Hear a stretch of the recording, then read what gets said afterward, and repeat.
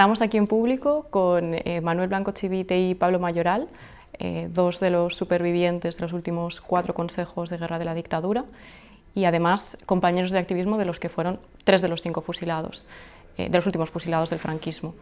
José Humberto Baena, Ramón García Sanz y José Luis Sánchez Bravo, 3 miembros del FRAP, al igual que Pablo y Manuel, a los que se sumaron las condenas de muerte de John Paredes, conocido como Chiqui, y Ángel Otaegui. Gracias por venir y bienvenidos a nuestra casa. Y la primera pregunta que quería haceros es ¿cómo estáis? Porque entiendo que siempre que se acerca esta fecha, que es el aniversario de esos fusilamientos, el 27 de septiembre de 1975, pues debe ser complicado recordar los acontecimientos de ese verano y sobre todo de ese mes de septiembre. Especialmente este año, que se cumplen 50 años, medio siglo. Entonces, ¿cuáles son, mirando un poco hacia atrás, cuáles son vuestras impresiones? ¿Cómo estáis? Bueno, siempre que ocurre un aniversario, pues recuerdas, no lo olvidas nunca. Es decir, yo creo que está presente el recuerdo de nuestros compañeros asesinados ese día, pero siempre que se acerca un aniversario, pues el recuerdo es más vivo, más cercano, ¿no? Es decir, lo que pasa es que, pues desgraciadamente, hemos tenido que remar siempre contra corriente, o sea que en buena medida pues nosotros hemos sido los protagonistas de todos los homenajes que se han hecho a nuestros compañeros y algunas veces pues particularmente solos, ¿no? En este sentido, pues bueno, pues también este 50 aniversario pues se mezclan los recuerdos con una actividad, digamos, por recordarlos y por rendir homenaje a nuestros compañeros, ¿no? Precisamente por este 50 aniversario habéis participado en la escritura y la publicación de un libro bajo la firma de la plataforma Abierta al Alba. Y bueno, quería preguntaros cuál es el propósito de este libro, por qué ahora coincidiendo con el 50 aniversario y un poco qué podemos encontrarnos en el interior del libro. Bueno, el libro es una obra eminentemente colectiva. Ya la firma, que es Plataforma Abierta al Alba, esa plataforma ya es colectiva, pero luego la participación de colaboradores, testimonios, recuerdos y demás es mucho más colectiva, es decir, debe haber alrededor de 30 o algo más participantes en el libro de una forma u otra, ¿no? Antiguos militantes, abogados, familiares, etcétera, ¿no? Que participan en cada una de las partes del libro, ¿no? Digamos que es un panorama bastante completo, que se inicia con la contextualización, es decir, la dictadura en ese momento, aparte de ser dictadura, qué momento estaba viviendo a mediados de los 70, luego ya pasa a contar la historia un poco del FRAP, del ambiente social, de los asesinatos de las fuerzas y cuerpos de seguridad del Estado, que asesinaron, aparte de los cinco fusilamientos, durante 1975 asesinaron a 29 personas en diferentes ocasiones, desde huelguistas hasta conductores despistados que no veían con claridad un control, ¿no? En fin, entonces digamos que esto es una gran recopilación, el libro, con riqueza también gráfica, ¿no? De fotografías de época, de carteles de la época, en fin, un trabajo un poco enciclopédico sobre el tema. Bueno, tenemos aquí el libro, por enseñarlo un poco, para que la gente también lo tenga de referencia y lo pueda comprar. Y bueno, justo coincide la publicación del libro también con una exposición, me comentabais que va a estar hasta principios de octubre. ¿De qué trata esta exposición? ¿Qué se muestra en la exposición? Sí, pues la exposición la hemos organizado en la Fundación Anselmo Lorenzo y es una exposición de carteles, octavillas de la época, del propio 75, del 76, de todo el periodo que hubo de lucha por la amnistía y de todos los actos que hicimos y que se hicieron en homenaje a los últimos fusilados del franquismo, ¿no? Digamos, eso es pues lo que se puede encontrar allí. Hay documentos, pues la verdad es que muy valiosos, que reflejan pues lo que era una época, ¿no? Hay hasta un planígrafo donde hacíamos las octavillas, que era una cosa totalmente manual, porque por supuesto no había internet y no había otros medios de publicidad que hacíamos, porque todo estaba prohibido, o sea, no había posibilidad de hacer ninguna propaganda en ningún sentido, y menos contra la dictadura que no fuera reprimida salvajemente, ¿no? Pues si os parece bien, vamos a entrar un poco en materia, y yo creo que la forma fundamental de hacerlo es hablar un poco bueno, pues de cómo era la época en la que se produjeron estos consejos de guerra, ¿no? Se habla mucho de que España en estos últimos años de la dictadura estaba en ebullición, de cómo bueno, cómo fueron cada vez más masivas las protestas, la movilización social. Entonces, ¿cuál era ese ambiente político y social en España? Y cómo intentó mantenerlo a raya la dictadura. Bueno, lo primero de todo es repetir, que no viene mal a estas alturas, repetirlo, que aquello fue una dictadura con todas las consecuencias. Es decir, por ejemplo, alguien tan de hoy en Derecho como Ramón Sáez, que es magistrado de la Audiencia Nacional, define el momento, la dictadura. Dice: el Estado franquista nació de un acto criminal, un golpe de Estado. Se fundó sobre una guerra civil que se desenvolvió bajo el programa de exterminio del enemigo político, y se consolidó, la dictadura, mediante la persecución implacable de cualquier forma de disidencia, y que se prolongó después de la muerte del tirano, y da constancia del estado ilegal de los tribunales de la dictadura. Es decir, esto lo dice un magistrado que no es sospechoso de izquierdismo, ¿no? Es decir, primero, el origen de la violencia es la dictadura, y la dictadura no dejó de matar nunca, nunca. Y durante los 40 años de la dictadura no dejó de haber ni un solo día que no hubiese disidencia, oposición y respuesta, no solamente pacífica, no solamente de huelgas, manifestaciones, etcétera, sino también de respuesta armada, durante toda la dictadura. No al final, con ETA, FRAP, lo que sea, no, durante toda la dictadura, ¿no? Por lo tanto, ese era, digamos, el ambiente de fondo. Y luego, en los años 70 ya, cuando llega la crisis del petróleo, la crisis energética, la liquidación del patrón oro, etcétera, etcétera, España entra en una profunda crisis económica, hasta el extremo de que tenía casi un 12% de desarrollo del Producto Interior Bruto en los años del desarrollismo, ¿no?, de los años 60. En el año 75 el Producto Interior Bruto es negativo, menos 0,45. En el año 74 se pierden o se ganan, en cuanto a derechos, en cuanto a lucha, 23 millones de horas de trabajo en huelgas.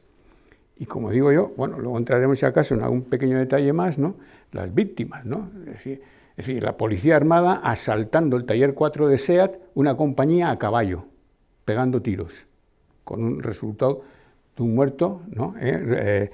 Ruiz Villalba, creo que se llamaba, ¿no?, pobre hombre, que además era testigo de Jehová, para dar una idea de que se disparaba a mansalva e indiscriminadamente.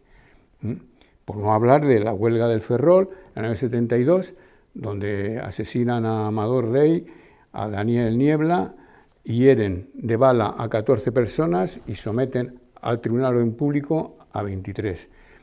Que fue un golpe, digamos, dentro del tema que tenemos hoy, fue un golpe de conciencia para José Humberto Baena Alonso. Fue un golpe de conciencia hasta ese hecho que, por decirlo así, en su zona, ¿no?, digamos, en su país, en Galicia, que ocurrió. Y de ahí él se pone como nombre de guerra, como seudónimo militante, se pone el nombre de Daniel, ¿no?, como rindiendo recuerdo a ese Daniel Niebla que fue asesinado por la policía. Ese era un poco el ambiente. Es decir, se cerraban universidades, en el año 75 creo que se cerraron 3 universidades, empezando casualmente por la de Valladolid.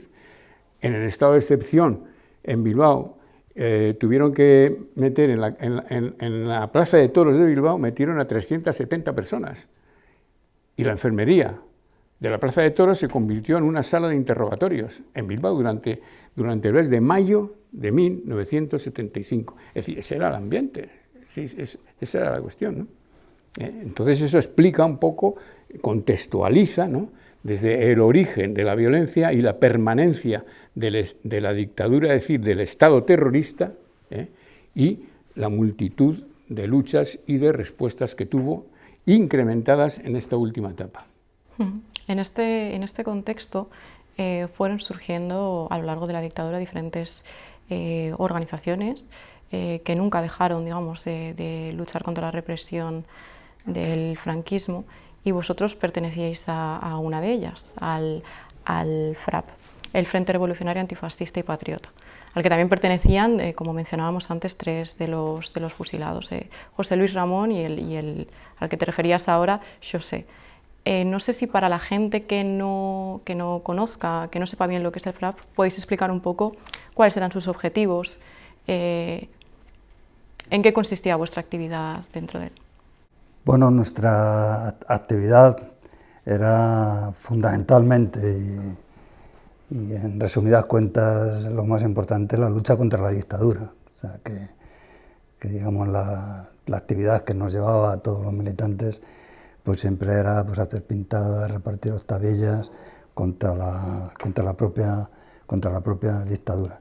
Teníamos un programa, digamos, que podía aglutinar a mucha gente, pues era contra el imperialismo americano, que en aquella época pues estamos hablando de que en Vietnam pues estaba matando millones de personas. Se calcula que fueron 3 millones de vietnamitas los que murieron en esa guerra, en esa matanza, ¿no?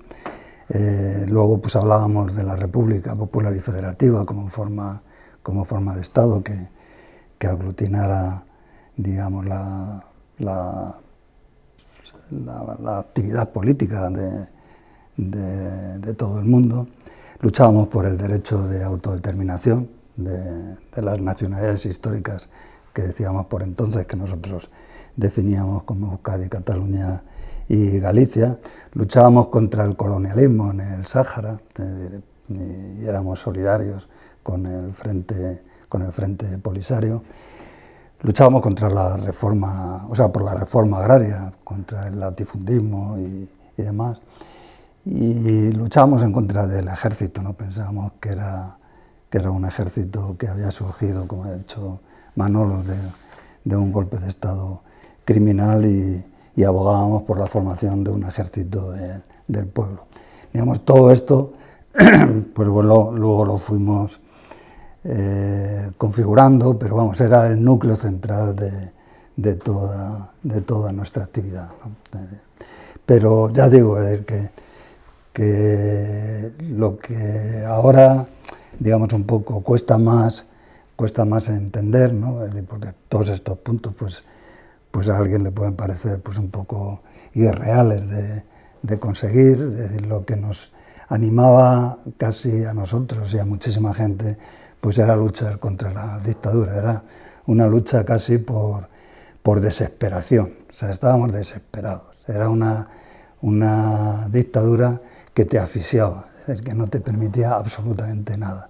Y eso la juventud, en aquella época, nosotros éramos todos jóvenes, es decir, la mayoría de las 13 personas que eligieron para los consejos de guerra éramos menores de 24, 25 años, es decir, pues estábamos luchando contra una dictadura que no nos permitía hacer nada, absolutamente nada, y que cuando luchabas por tus derechos, es decir, te arriesgabas a recibir un tiro, o te arriesgabas a la cárcel, o te arriesgabas a perder toda tu vida, o sea, lo que era la vida, ¿no? Humberto Baena Alonso lo detuvieron en el año 70, es decir, estuvo en prisión un mes, pero ya eso le partió la vida, porque entonces para trabajar necesitabas lo que se llamaba el certificado de penales. Era obligatorio, todas las empresas tenían que pedir el certificado de penales. Si el certificado de penales la policía no te lo daba, por supuesto, si habías tenido una detención, cualquier detención o cualquier multa, ¿no? Es decir, y eso estaba no para 4 o 5, sino que estaba para el conjunto de la población, para los 30 y tantos millones de personas que entonces éramos. Eso era la dictadura, ¿no? O sea que en definitiva nosotros teníamos un ideario, es decir, teníamos, por supuesto que sí, ¿no? Un proyecto, es decir, pero en definitiva en aquellos momentos pues se luchaba por desesperación, por solidaridad con el vecino que habían detenido, con el obrero que habían asesinado, ¿no? Bueno, si os parece bien, vamos a centrarnos un poco ahora en el desarrollo de los consejos de guerra en los que fuisteis procesados, empezando por el principio, que fue vuestra detención, ¿no? Entonces, ¿cómo fue esa detención y sobre todo vuestro paso por la DGS, la Dirección General de Seguridad de la Puerta del Sol? Sí, bueno, las detenciones se produjeron en julio, creo recordar, ¿no?, del 75, ¿no? Bueno, digamos que no nos pasó nada, digamos, excepcional, digamos, pasamos por lo que era el canon de comportamiento de las fuerzas represivas de la dictadura, ¿no? Es decir, palizas, torturas, ¿no? Y ahí, si acaso, podríamos señalar cómo se abre un sumario militar y entonces, evidentemente, abogado, allí no había defensa, ni abogacía, ni nada, ¿no? En todo un largo proceso desde la detención. El coronel, instructor de nuestro, en concreto del que fuera el primer consejo de guerra del Coloso, ¿no?, que era donde estábamos nosotros, con Humberto Baena, Vladimiro Fernández y Fernando Sierra, acudía a la Dirección General de Seguridad a un despacho de la Brigada Político-Social. No nos llevaba la policía a un juzgado militar, no, era el militar, el coronel, quien iba a la dirección. Y declaramos delante de él, esposados y con 2 policías de la Brigada Político-Social a cada lado. Y si aquello no les satisfacía muy bien, volvíamos a ser apaleados y tal. Hasta el extremo que, por ejemplo, en el caso de Baena, pasó 3 veces por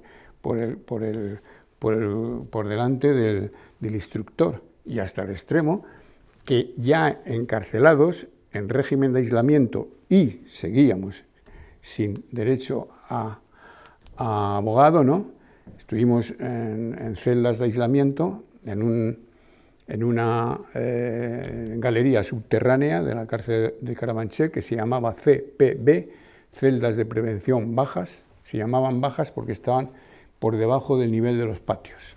Era como una bodega, ¿no?, alargada. Ahí estaban las celdas y allí nos aislaron, no nos veíamos entre nosotros, ¿no? Vaciaron la celda de castigados que hubiera y nos metieron a nosotros. Y allí por la noche, en varias noches, de madrugada, de 11, 12 de la noche, 1 de la madrugada, seguía apareciendo el Servicio de Información de la Guardia Civil y seguía apareciendo el juez para seguir tomando nota. Y todo ese proceso, que ya estaríamos ya unos 20 o 25 días después de la detención, no había ningún contacto con abogados, hasta que ya prácticamente, creo que hasta el 20 de agosto, 22 de agosto, por ahí tuvimos un primer contacto, siempre por separado y siempre incomunicados entre nosotros, con abogado. O sea, que debió ser el 22 de agosto o así, nos habían detenido entre el 19, 20, 21 de julio, es decir, un mes prácticamente en condiciones de tortura, digamos, ¿no? Desde, como digo, desde las palizas o lo que fuere, ¿no?, hasta el aislamiento total y completo. Es decir, que no teníamos, teníamos una celda donde había que sentarse en el suelo y un agujero. Ya está, ahí no había ni una colchoneta, ¿no? La colchoneta te la metían por la noche y te la sacaban por la mañana. una colchoneta, vamos, que mejor no acordarse de ella, ¿no? Es decir, en esas condiciones estuvimos ya como un mes seguido, largo, ¿no?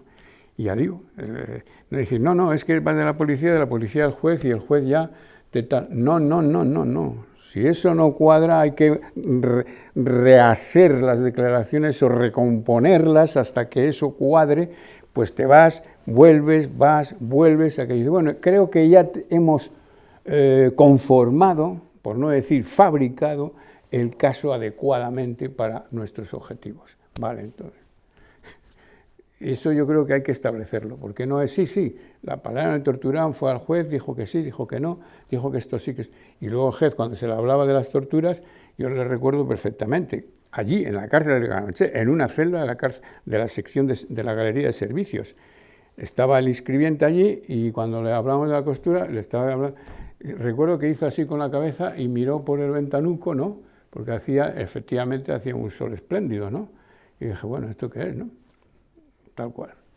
Es decir, que esas fueron las condiciones en las que la Brigada Político-Social y el Ejército Español, no sé si había otro, que yo crea, allí no había más que un ejército cuyo jefe máximo era el generalísimo Franco.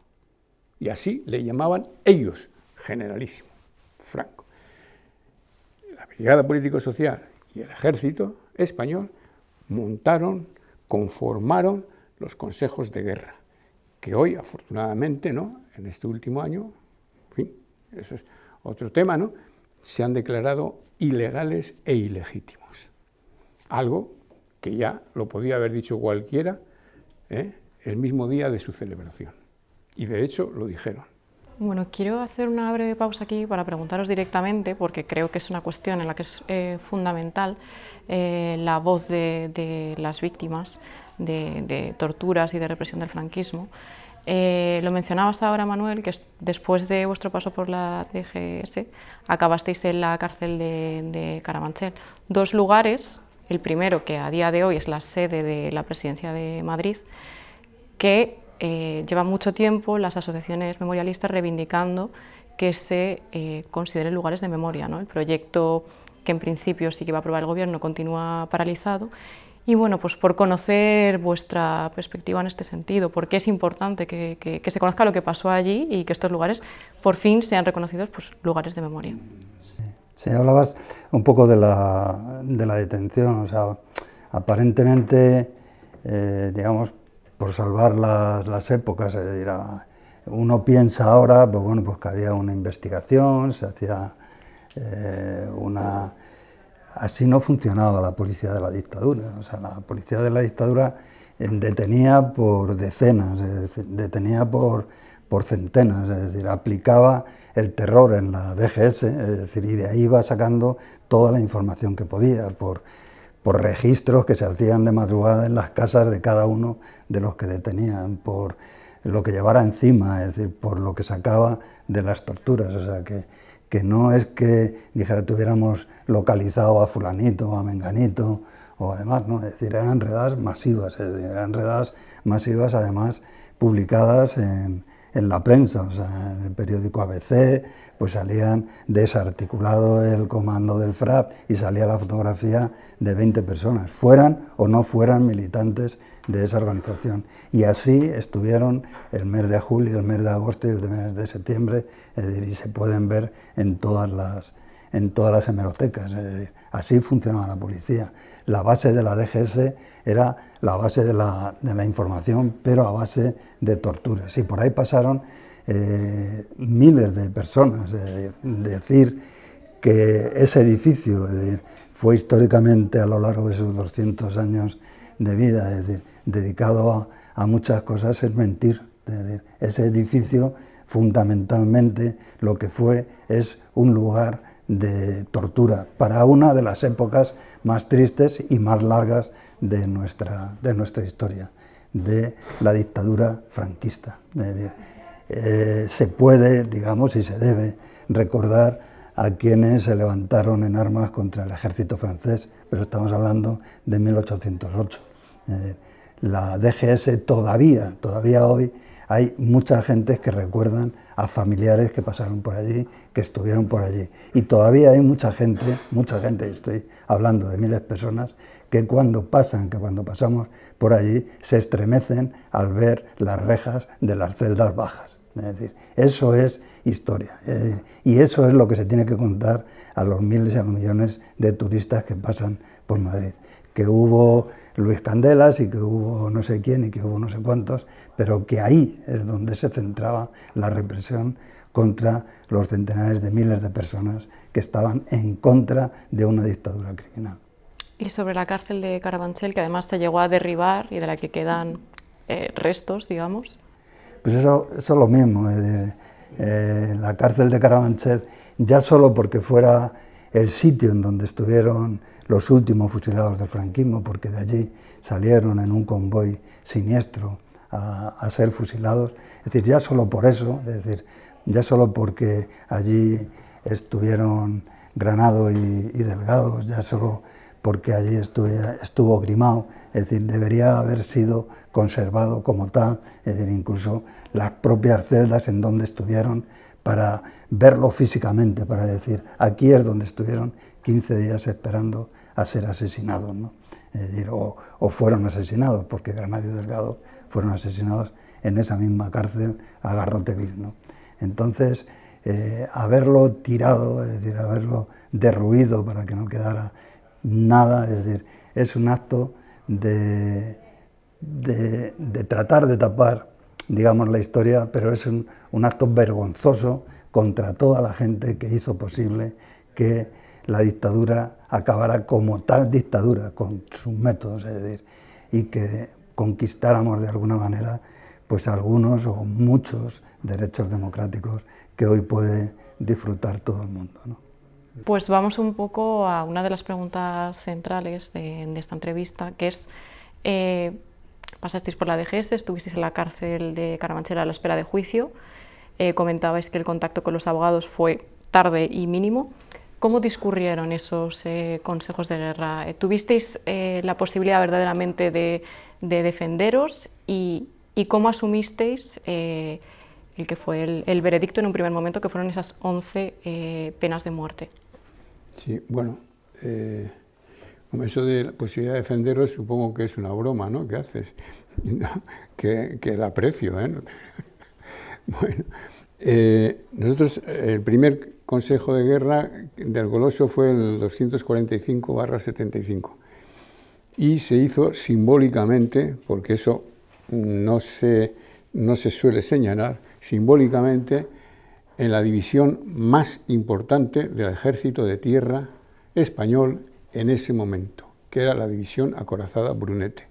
Era la joya de la corona militar española en ese momento, era la división acorazada Brunete, con sede en el Goloso y bajo el mando del general Milán del Bosch, que al final resultó un delincuente, mezclado con el golpe, el golpe un poco chaplinesco, ¿no?, de febrero, 23F del 81. Ya eso era toda una, digamos, una puesta en escena particularmente significativa, donde el ejército no era un auxiliar de la represión, ¿no?, o un vigilante del enemigo, no, era un beligerante hasta el final y hasta las últimas consecuencias de señalar al pueblo español: nosotros estamos aquí, cuidadito, cuidadito. Y así en la letra, en la nota a pie de página, esto es la división acorazada Brunete. No es el ejército donde va el niño y luego por la noche vuelve del servicio militar a dormir a casa. Bueno, ya, como digo, el escenario ya era significativo y ya anunciaba que iba a haber muertos, que iba a haber fusilamientos. Ya solo ese escenario. Segundo, bueno, esto también tiene los abogados, la verdad es que se comportaron con mucha valentía y muy bien, sin pertenecer ninguno a nuestra organización. Ninguno pertenecía a nuestra organización, incluso más de uno y más de dos no estaban de acuerdo con el modelo de nuestra organización o con el modelo de acción, ¿no? O con algunos aspectos de los modelos de acción, ¿no? Y sin embargo, ahí estuvieron valientemente, ¿no? Dando la cara y arriesgándose, porque tuvieron luego amenazas, etcétera, etcétera, ¿no? Ataques a sus despachos por parte de los parapoliciales, y había un recurso al Consejo Supremo de Justicia Militar que incluso según la modalidad pseudolegal que tenía la dictadura, ese recurso había que resolverse antes de iniciar el Consejo de Guerra. El presidente del Consejo los abogados lo hicieron notar, el presidente del Consejo de Guerra dijo que ni caso, que empezaba el Consejo de Guerra, con la lectura de la instrucción. Nosotros estábamos sentados, los 5 acusados, en un banco así de madera, sin respaldo, y con las manos esposadas, todos esposados. Y detrás de cada uno había 2 miembros de la Policía Armada, ¿no? Que a veces hacían algún comentario entre ellos y lo escuchábamos perfectamente. La lectura del sumario se alargó sin terminar 1 hora y media, cerca de 1 hora y media, hasta el extremo que uno de los policías le dijo a otro que estaban detrás de Vladimiro Fernández: no me estoy enterando de nada. Digo, coño, bueno, vamos bien. Y al cabo de un poquito menos que 1 hora y media, 1 hora y 20, una cosa así, entra un soldado en la sala, se dirige al presidente del tribunal, le dice algo al oído, y el presidente del tribunal se levanta y dice, se interrumpe el consejo. Y se reanudó a las 5 de la tarde. Es decir, unas 4 horas después. ¿Qué había pasado? Pues que el soldado traía el recado de que el Consejo Supremo de Justicia Militar había rechazado, evidentemente, las recusaciones de las defensas y ya podía empezar el Consejo. Pues es que resulta que había empezado antes. Es decir, que aquella especie de coronel o comandante, no recuerdo, presidente del tribunal, se había comportado un poco como un cabo chusquero, ¿no? Había hecho lo que le daba la gana y había empezado sin que sus jefes le hubiesen dicho ahora. Entonces, por la tarde se reinicia el Consejo de Guerra y algún abogado, para empezar, el apuntamiento de pronto de esa 1 hora y 20 minutos queda reducido a un apuntamiento de 19 minutos. Una cosa así acelerada, ¿no? Y en algún momento uno de los abogados, no recuerdo quién, hace alusión a la sesión de la mañana. Y el presidente del tribunal, Cadenas de Llano, ¿no? Cadenas de Llano, reacciona, ¿no?, rápidamente y dice, la sesión de esta mañana no ha tenido lugar. Y el abogado dice, bueno, se ha suspendido, la sesión de esta mañana no ha existido y se ha borrado el acta de la sesión. Es decir, que hacían milagros, hacían que cosas no existiesen después de haber existido, o sea, una cosa, ¿no?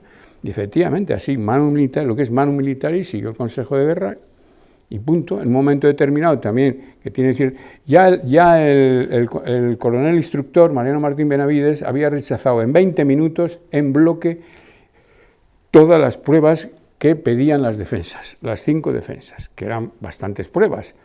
Hombre, bastantes pruebas porque éramos 5, competición de 5 penas de muerte. Entonces es normal que los abogados aportasen todo lo que pudieran.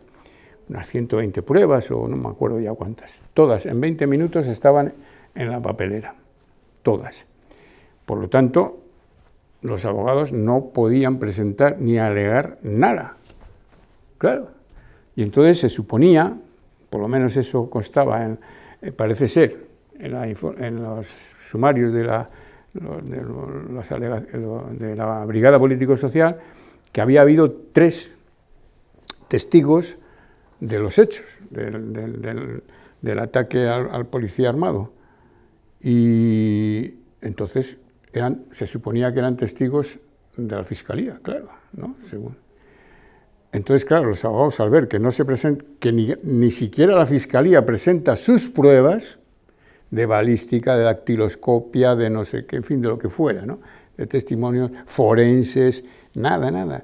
Entonces, claro, los abogados decían, bueno, entonces, ¿esto qué es? Se lee el apuntamiento y se decide, ya está. Es decir, la Fiscalía no presenta pruebas, simplemente se limita a lo que está en el apuntamiento.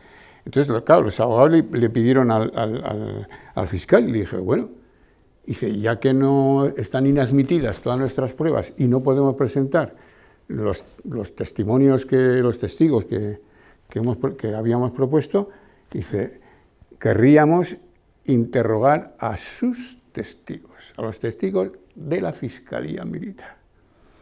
Entonces, el fiscal militar, bueno, aquello fue de antología para estudiarlo en la Facultad de Derechos. El fiscal militar, González Arnau, se llamaba, el cerebrito este, ¿no? Dice, no voy a presentar los testigos. Dice, ¿pero cómo? Y explicó, recuerdo la frase textual, es que hay testigos buenos y testigos malos. Entonces el abogado dice, sí, no recuerdo quién era el abogado, no recuerdo ahora mismo, no sé si fue Baselga o Castel, Baselga, me parece, el abogado de Humberto Baena. Dice, sí, puede ser, pero son sus testigos. Serán buenos, pero son los suyos. Entonces el otro ya, mosqueado, dice, se acabó, no hay testigos. Y siguió la cosa. Al cabo del Consejo de Guerra, ¿no? Pues ya al día siguiente nos dieron las sentencias, ¿no? El Consejo de Guerra se reúne de forma secreta, donde no participa el fiscal, ¿no?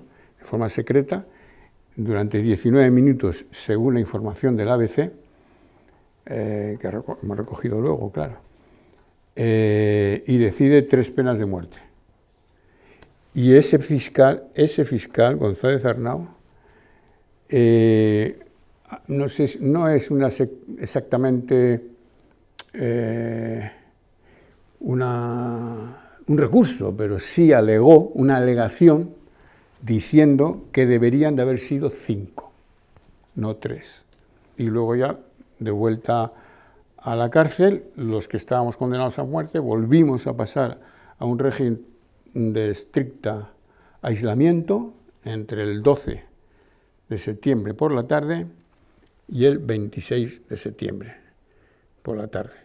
En ese espacio de tiempo tuvimos, creo que se podía ver a la familia una vez a la semana, pero que como fueron 2 semanas, fueron 2 veces, ¿no?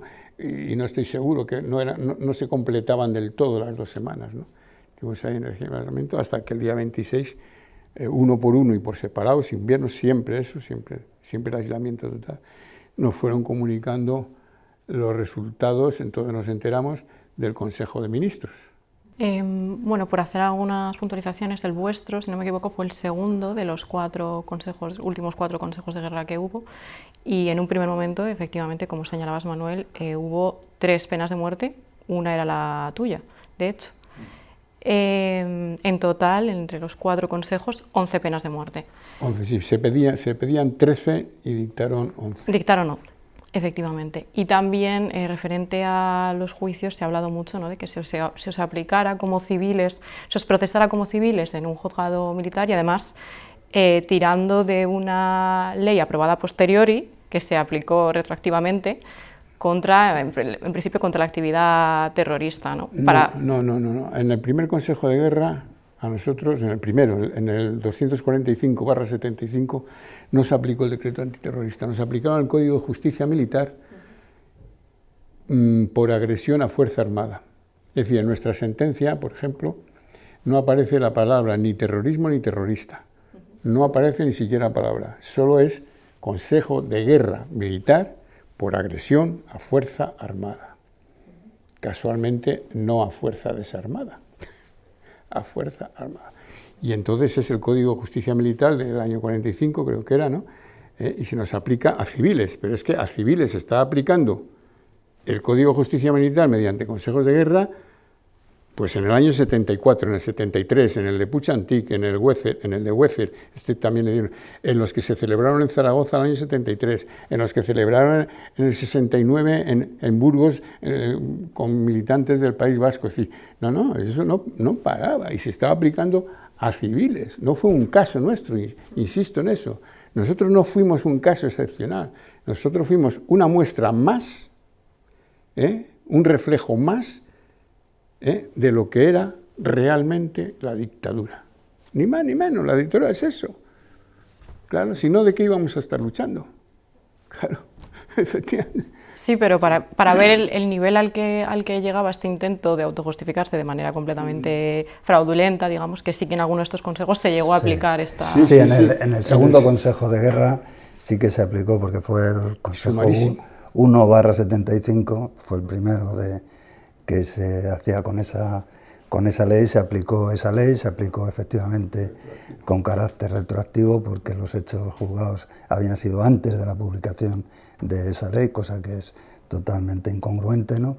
Y la propia formación de los consejos de guerra, pues digamos el relato de cómo se hacen y cómo se articulan, da una idea de que esto era una cosa programada, es decir, en un despacho, en una reunión, de una forma premeditada, ¿no? Es decir, el primer Consejo de Guerra se hace a finales de agosto, el nuestro se hace el 11 de septiembre, el 14, 15 o 16 se hace el segundo Consejo de Guerra de Madrid y en torno al 20 pues se hace el de Barcelona, ¿no?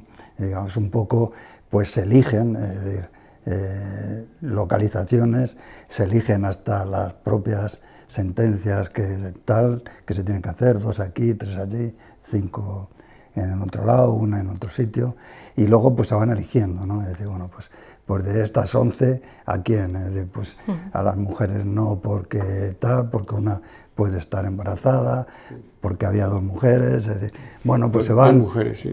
Se van... 2 mujeres condenadas a muerte. Sí, María Jesús Dasca y Concepción Tristán. O sea, que digamos un poco cómo se articula y sobre todo la, digamos, rapidez. O sea, que alguien que toma una decisión y que ve las circunstancias de la propia dictadura y del propio dictador, acelera, es decir, de una forma, digamos, hasta entonces que no se había hecho, es decir, acelera todos los pasos y además dan instrucciones precisas a cada uno de los militares del Consejo de Guerra a cómo tienen que hacer las cosas y cómo tienen que sacar las cosas, ¿no?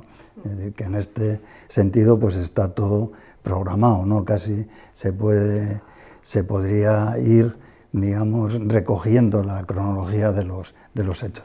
Eso es lo que nosotros echamos en falta, esa investigación, es decir, quién, cómo, cuándo y de qué manera se hacían. Digamos, algún periodista recientemente ha iniciado un poco pues esas idas y venidas del presidente del Consejo de Administración al Pardo, directamente al Pardo, el presidente de alguno de los consejos de guerra, a recibir instrucciones. Es decir, y en este sentido, pues nosotros siempre hemos apuntado, es decir, que las sentencias estaban firmadas de antemano y que todo estaba decidido de antemano, porque nos lo estaban diciendo hasta el último mindunquis de la policía, del ejército o de los funcionarios de la prisión. Nos estaban diciendo, ojo, esta vez sí vais para adelante. Es decir, eso es desde la propia detención, en los propios interrogatorios, en la propia, digamos, desarrollo del Consejo de Guerra y hasta después. Es decir, eso estaba claro, estaba firmado. Digamos, esas investigaciones, es decir, son las realmente importantes de hacer, porque, digamos, apuntan o darían lugar a que todo el mundo, incluido por los jóvenes que no vivieron afortunadamente aquella situación, se den cuenta de cómo funcionaba una dictadura, de cómo puede funcionar una dictadura si realmente pues ganan determinada gente, es decir, las elecciones, ¿no? Eso sí que es importante, es decir, de investigar, de elucidar y poner negro sobre blanco. Esto es lo que se hizo y esto es lo que hizo. Porque ahora están surgiendo, digamos, algunas voces en el sentido de que, bueno, de que los policías que nos detuvieron, alguno se arrepintió, que los militares que nos condenaron, alguno hasta lloró al conocer la sentencia, que el general Saiz de Santa María, que es el que organizó cada uno de los fusilamientos en todos los sitios, pues estaba en desacuerdo, que había hasta alguna referencia a que 8 ministros votaron o querían votar en contra, pero los pobrecitos no se atrevieron o no pudieron o o no tal. Es decir, y que algunos de los que dispararon, es decir, pues se arrepintieron, y que alguno que dio el tiro de gracia, es decir, pues luego tuvo una crisis nerviosa. No sé, eso no es verdad. Es decir, eso no es verdad. La dictadura estaba desde el primero hasta el último, es decir, enfrancados en un golpe de efecto, es decir, en un escarmiento, en dar un escarmiento. Lo que pasa es que le salió mal, y ese presunto escarmiento fue el principio del fin del franquismo. Lo mencionaba antes Manuel, el 26 de septiembre, un día antes de las ejecuciones, bueno, pues se anunciaron al final 6 conmutaciones de las penas de muerte por penas de cárcel. Una de ellas en tu caso, o sea, con tu nombre. Y también se reafirmaron bueno, pues las 5 condenas de muerte que llevarían a los 5 fusilamientos. Finalmente los fusilaron. No sé cómo recordáis ese día, y sobre todo una cuestión que también creo que es importante incidir, no sé si recordáis, ya durante el desarrollo de los consejos de guerra, pero también cuando finalmente se les fusiló, la reacción, no solo la reacción social dentro de España, sino la reacción de la comunidad internacional, que fue bastante sonada y bueno, que muchas veces se comenta que también tuvo mucho impacto, ¿no?, en esas conmutaciones de pena de alguno de los acusados. Bueno, de las reacciones de muchas cosas nos enteramos después, claro. Estamos ahí aislados, como te decía, ¿no? Nos anunciaron las conmutaciones y las confirmaciones de las penas el 26 ya entrada la noche. No había, en las celdas de aislamiento no hay luz, no hay bombillas, ¿no? O sea que a las 7 de la tarde ya, y además son profundas, ¿no?, y cortadas en 2. Es a oscuro, ¿no? Y entró el jefe de servicios acompañado de los funcionarios y nos fueron subiendo a la galería de servicios, ¿no? Y ahí había, lo primero te sorprendía, porque había policías, había militares, había uniformes por todos los lados, ¿no? Y ahí los abogados de cada uno de nosotros pues nos informaron de lo que había pasado. De que, en mi caso, de que me habían conmutado la pena, y claro, en ese momento lo primero, y yo creo que en eso Vladimiro también coincidió, y Cañaveras y demás, ¿no?, que también estaba. Y dice, bueno, lo primero que hace, dice, bueno, ¿y qué pasa con los demás, no? ¿Qué pasa con Baena? ¿Qué pasa con José Luis Sánchez Bravo? ¿No? ¿Y qué pasa con Ramón García Sanz? ¿No? Y Cañaveras, porque no lo sabíamos tampoco, y Cañaveras y las 2 compañeras que estaban en la cárcel de Yeserías habían sido conmutadas también, Concha y María Jesús. Y entonces el abogado, pues bueno, pues nos informó, y claro, te quedas, ¿no? Claro, bueno. Y de nuevo volvíamos a la celda de aislamiento hasta el día siguiente, bien entrado el día siguiente, es decir, cuando ya se habían realizado los fusilamientos, pues serían ya las 10 o las 10:30 de la mañana, a las 11 de la mañana, nos permitieron salir del aislamiento y nos incorporaron ya a la galería especial que había, que no tenía un régimen, digamos. La galería especial que había era que estabas prácticamente todo el día encerrado en una celda individual y podías salir al patio 1 o 2 horas al día, pero también tenía un elemento de aislamiento, ¿no? Pero bueno, ya no era las celdas bajas, ¿no? Y allí, pues bueno, todos los compañeros de 3, 4, 5 organizaciones que había allí, diferentes, ¿no? Había presos de todo tipo, ¿no? De muchas siglas, ¿no? Pues cómo se acercaron a nosotros, ¿no?, en silencio total, ¿no?, y nos abrazaron y demás, ¿no? Supongo que algo parecido pues con Concha y María Jesús. Bueno, aquí se me hago recordar un poco el detalle, ¿no? Que el año 75 fue el primer año que las Naciones Unidas lo declararon Año Internacional de la Mujer. Y aquí la dictadura lo celebró como correspondía, condenando a muerte a 2 mujeres. O sea que tiene su lado siniestro, ¿no?, en este aspecto, ¿no? Una de ellas estaba embarazada, Concha Tristán. Aunque un médico, Sopeña, me acuerdo que se llama, muy valiente porque se la jugó. No es que los abogados dijeran que las 2 estaban embarazadas, no. Aquello fue un riesgo mayor. Sopeña, que luego fue no le llega a conocer, ¿no? Era un médico así, bastante concienciado y demás, un hombre, ¿no? Certificó oficialmente que las dos estaban embarazadas, aunque con María Jesús no lo estaba, ¿no? Y fue con ese certificado. Y como todo llevaba una celeridad, el proceso tan grande, el forense, digamos, los médicos de la acusación, ¿no? Que podían haber alegado, no, eso vamos a comprobarlo nosotros, pero como eso habría retrasado unas horas o un día y no querían, digamos que cogieron los certificados y dijeron, bueno, vale, venga, para adelante. Ya tiene su interés, porque este hombre se la jugó con eso, vamos. Sí. ¿Y sobre la respuesta internacional? Bueno, eso fue inmensa, vamos. Eso. Sí, nosotros, digamos, como ha dicho Manolo, no nos enterábamos nada, entonces, de nada, ¿no? Porque no podíamos ver la televisión, porque no nos metían periódicos en la parte de la ciudad donde estábamos. Es decir, y luego fuimos, en la repercusión, pues fue fundamental. Yo creo que esa repercusión ya la quisiéramos ahora para que se hiciera a favor del pueblo palestino, ¿no? 17 embajadores fueron reclamados por sus propios países para que abandonaran España. Hubo una petición formal del gobierno de México para que España fuera expulsada de la ONU, ¿no?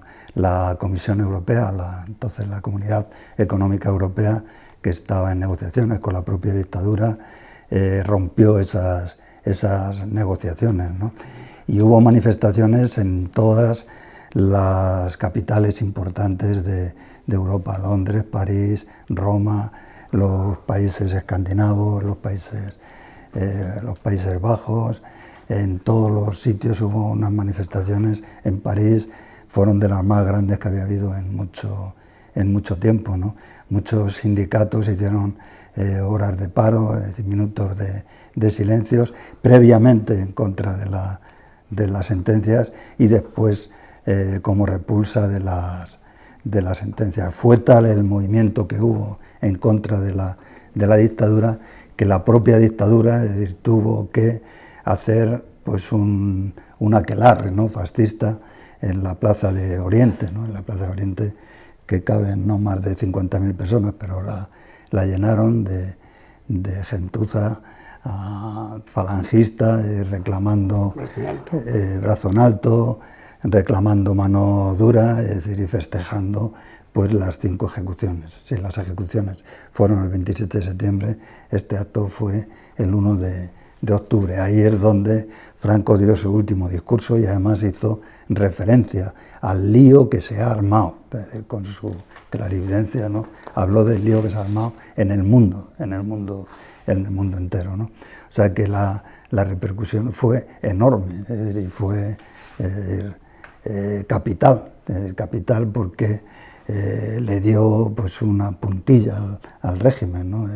De alguna manera se quedó claro que aquello no podía seguir por ahí, ¿no? Es decir, que no podía funcionar de esa manera, ¿no?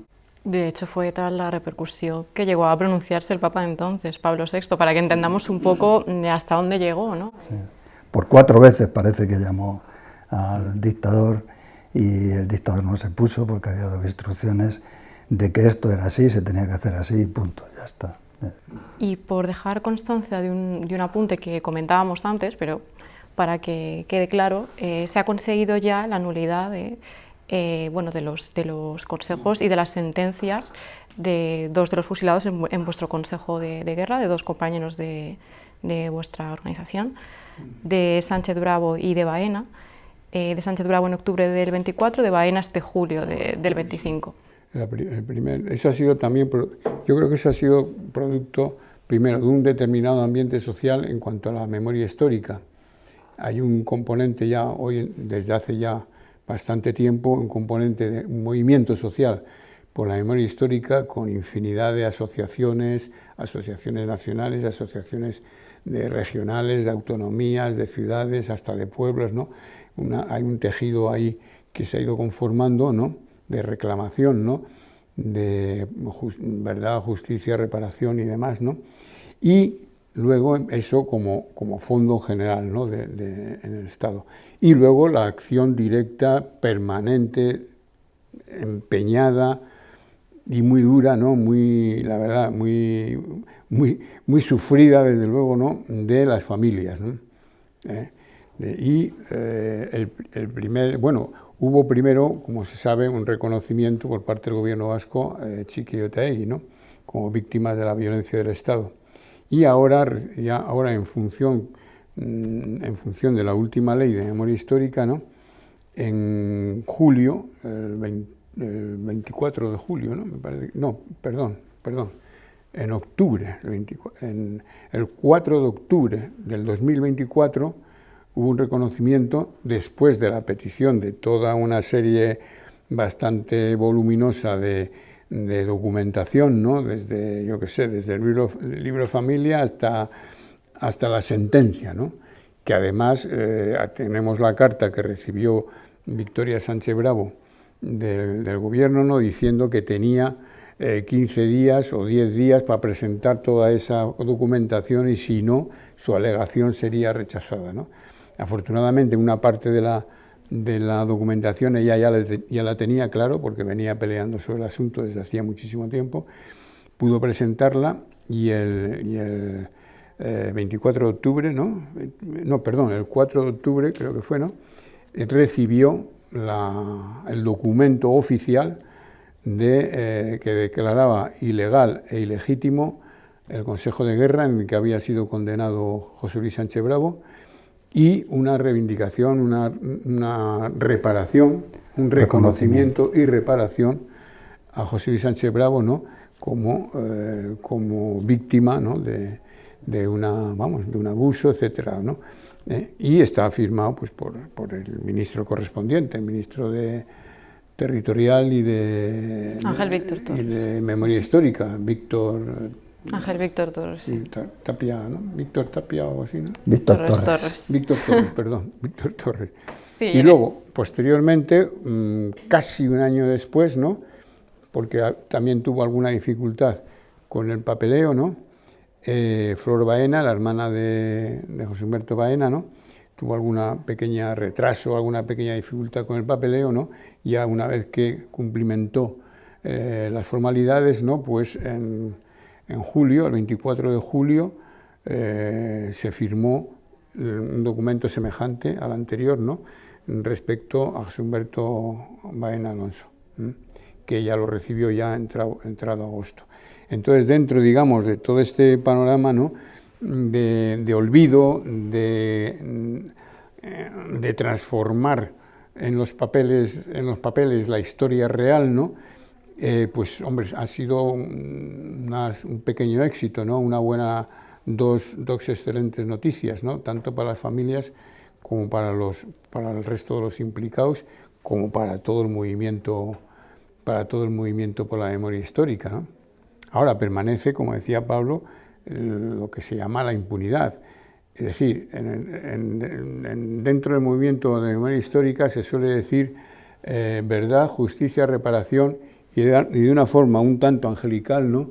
Se dice, y garantías de no repetición. La impunidad en que ha quedado ya el fascismo, el francofascismo, la dictadura y sus más significativos representantes, beneficiarios y represores, es un primer paso para la posibilidad de que se repita. La impunidad facilita la repetición. Y eso de que algunos militares o algunos policías o algunos no sé quién hoy digan que, en fin, eso el famoso argumento que ya se empleó en Nuremberg y se empleó en muchos juicios en diversas partes de Alemania, en muchos de los juicios que tuvieron los nazis, que se ha repetido también en algunas rendimiento de cuentas, en algunas dictaduras de América Latina, ¿no? donde se ha llegado a meter en la cárcel a algunos asesinos, ¿no? de Estado. ¿Qué argumento? obedecía órdenes. Es que como soy militar, tengo que obedecer órdenes. Este es el argumento. A ver quién decía que no. O como Fernando Suárez, ministro que llegó a decir que él estaba en contra de la pena de muerte. Mira, 34 años después, casualmente, o sea, que lo tenía fresco, ¿no? 34 años después, en una entrevista en Asturias, en el 2009, Fernando Suárez, uno de los que levantó la mano dando el enterado para que al día siguiente fusilasen a los 5, este tipo dice: yo no estaba de acuerdo, eso lo sabe todo el mundo, que lo sabe todo el mundo. Yo no estaba de acuerdo, eso lo sabe todo el mundo, no soy partidario de la pena de muerte. Entonces el problema era si dimites o no dimites. Y él decidió no dimitir. Al no dimitir, levantaste el dedo para el crimen. Y luego añade, de las deliberaciones del Consejo de Ministros no puedo hablar, juré secreto. Y todavía hoy, sin estar de acuerdo, guardas el secreto. En 2009 me refiero, luego ya este hombre nos ha dejado, ¿no? Para cerrar un poco la conversación, comentabais antes que el 27, el día que fueron las ejecuciones, cuando salisteis de vuestras celdas, ya se habían ejecutado, y es que fueron unas ejecuciones que se hicieron por la mañana, ¿no? Que empezaron al alba. Y en este sentido, pues quería acordarme del que se convirtió en el himno contra las penas de muerte de la dictadura y sobre todo de los fusilamientos del 75.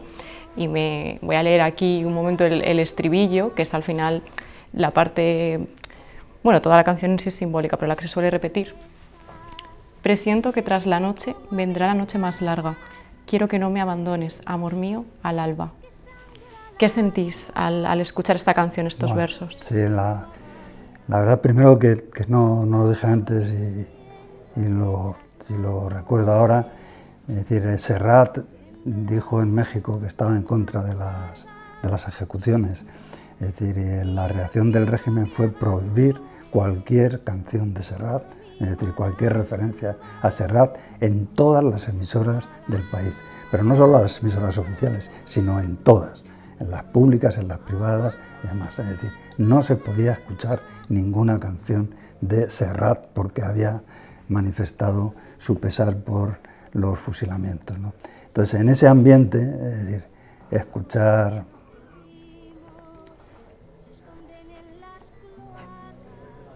Bueno, entiendo que es una canción que tiene un significado emocional muy... Bueno, que nosotros tardamos también en enterarnos. Claro, sí, sí. Nos enteramos un poco después, ¿no? Porque la escuchábamos. Sobre todo, en principio recuerdo que la versión que más se escuchaba no era la del autor, la de Aute, sino la de Rosa León. Era la que más se escuchaba, ¿no? Sí, porque si no recuerdo mal, creo que en uno de sus conciertos, poco antes de que se llevaran a cabo las ejecuciones, ella misma se la dedicó a los condenados, me parece recordar. Sí, entonces es un poco la que acabó ligando la canción bueno, pues... Se escuchó mucho después, porque como Franco... Sí, nosotros la escuchábamos en el patio. Digamos que tuvo espacio la canción para que se escuchase, ¿no? Ya después de la muerte de Franco, claro, que fue 2 meses después nada más. No sé, o sea, entiendo que escucharla pues, retrotrae esta época. Es una gran canción. Y cuando celebramos el 40 aniversario de los fusilamientos aquí en Madrid, ahí en Comisiones Obreras, ¿no? Vino Aute, precisamente, ¿no? Y cerró el acto, ¿no? Cantando, como se dice, a capela. Cantando a capela al alba, ¿no? Pues muchas gracias por acompañarme, por acompañarnos hoy. Gracias al público. Y nada, estáis bienvenidos cuando queráis. Muy bien, muchas gracias. Gracias.